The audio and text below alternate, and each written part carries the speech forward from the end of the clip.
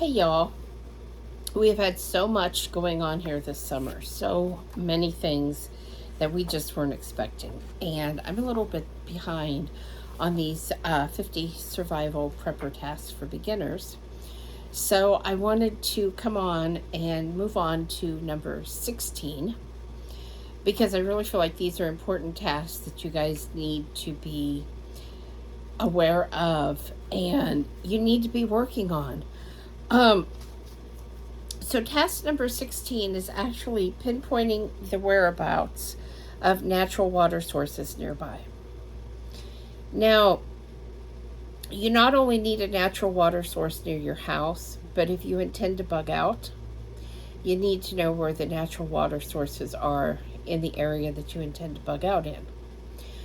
Also, you need to be aware of natural water sources along the pathway that you're going to be walking or driving um, to get to your bug out location.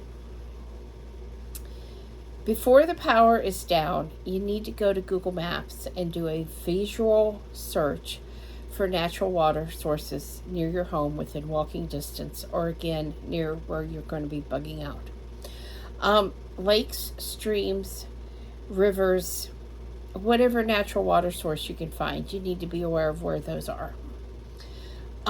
That way, when and if the power goes down, even if your water doesn't work, which there's a very good chance that it may not work, you're still going to have a source of water. If it does work, there's a small chance that it may not be safe to drink. So, if there's no water, you need to know exactly where to go to access water and you need to purify it. Be sure to print out the bird's eye view so you remember where these sources are. It's going to be a really good idea to go to the sources, become familiar with the area that the natural water is at. If you do some water witching, you may be able to find a source of water on your own property. I've not actually tried that, but a lot of old timers say that it works, and that's the way they used to figure out where the wells could be put and so forth. Another thing that you want is a way to purify the water. You don't want to just drink it, even if it is a natural water source, because it could contain all kinds of bacterias and other things that could cause you really bad medical problems. So, have a way to purify it.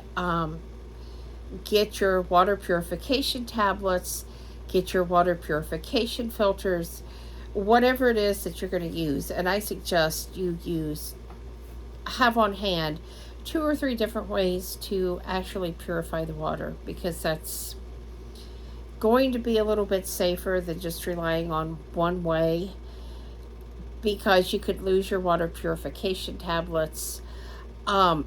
Your water filters could fail to work when you needed them most. And this is something that you definitely don't want to do without, is water. Now, when this recent storm hit in our area, we didn't have power, but we did have water. However, the water company was running on generators. So, I'm not sure how it was that we managed to have water. We're on city water, and we're right next door to the water company. So, I don't know if for whatever reason, if their generators was enough to keep stuff going, or if we just got very lucky and just didn't have a problem. But either way, we did do without power. And like I said, we did have access to water, so that was a good thing. I know that we have a creek in the area. We have a river in the area. The river has had sewage pumped into it. So that's not water that I would necessarily want to use without some definite purification methods. Now, I could go upstream a little bit and possibly catch some water coming down the dam, and that may be okay. But again, I have no idea what someone may have dumped into that, and if it's contaminated, if it has some bacteria or whatever. So it's not something that I personally would want to drink without purifying it. Now, you could say, well, just boil it, because that's what they tell you to do when the water goes down for whatever reason. They're working on the pipes or whatever. And if you had no other way, I guess you could boil it and cool it.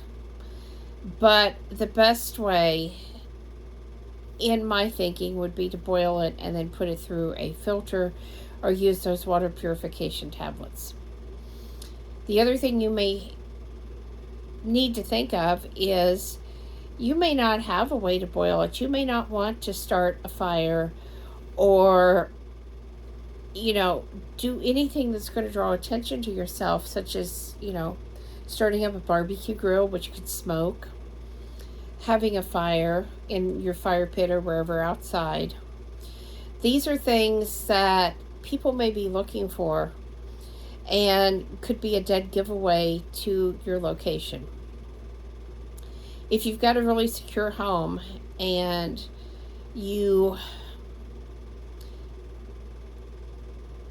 have it where it can't be broken into easily, people may just pass it up, especially if they think there's no one inside. So truly, that may be your best bet. You're going to want to think about at night, if you intend to use oil lamps and stuff. Are you going to have a way to keep the outside world from being able to see that there's someone in that house? People will be looking for ways to purify water and things to drink if something happens. So another thing that you might want to think of is having some extra water purification tablets on hand, having some extra water filters, things that you could help other people out with or use to barter. I'm not saying give everything away, but you may have a neighbor that is really thirsty and has no way to have some clean water. And so you may choose to, say, here's some extra water purification filters. Or you may run out of something such as toilet paper or a favorite food or something, and you may want to use those to barter with. So those are all good things to stockpile, and like I said, a natural water source is going to be one of the best things that you could do for you and your family and your livestock or pets if you have those, because they're going to need a source of clean water as well. And so the best thing is to know where those natural water sources are. And again, you can use Google Maps and you can find out where they are. You can print that out so that you have a paper map. Put that in your bug out bag. Maybe print a couple of them and put, one in your bug out bag, one in your car, maybe one in your purse or wallet. Maybe just have one inside your front door or something so that you have really easy access to it, or memorize it. Like I said, go to these places and learn exactly where they are. Learn what the normal sounds, the normal things that go on around these places are, because you're not going to be the only one looking for a source of water. And these natural water sources could become very, very crowded if something goes on, that the grid goes down and there's not access to water in people's homes. The other thing you might want to consider is canning some water this summer while you are canning your other food. Again, if you have extra room in your canner, you're canning 6 quart instead of 7, make that 7th quart a jar of water.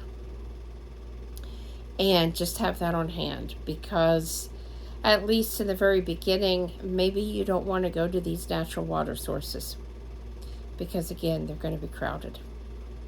So I hope that helps. If you guys have any questions or thoughts, leave those in the comments below. Thanks for watching, guys. Please subscribe, thumbs up, thumbs down, and we'll see you tomorrow on another daily vlog. Thanks for watching.